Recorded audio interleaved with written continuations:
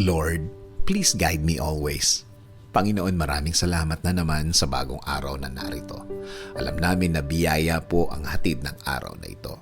Pagtitiwala at paniniwala po ang inyong bigay sa araw na ito. Panginoon, sa araw na ito ang aming dasal ay isang gabay. Gabay para sa aming mga buhay.